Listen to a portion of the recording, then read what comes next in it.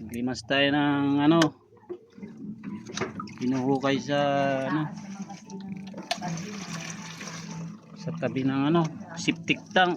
Ay dito yung ano poste namin eh. Ninakaw kasi yung aming water pump. Pinasok yung aming bahay ng mababait na tao. Para hindi na magakot-takot ng timba-timba. Ayan.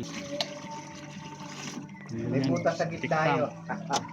Tandok buhos sa imbodo. Ayan, imbodo.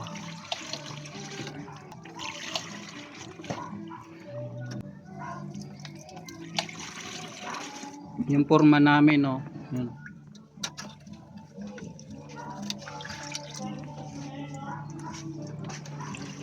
Forma, nice na ba yung daluyan dyan?